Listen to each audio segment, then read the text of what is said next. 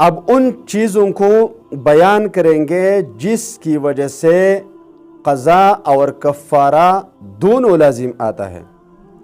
اس میں نمبر 1 ہے ایسی چیز جو غذا یا دوا یا لذت کے طور پر استعمال کی جاتی ہے قصدن کا پی لی۔ نمبر 2 قصدن صحبت کر لی، یعنی بیوی اور شوہر ہم بستر ہوئے۔ نمبر 3 فسد کلوائی یا سرما لگایا۔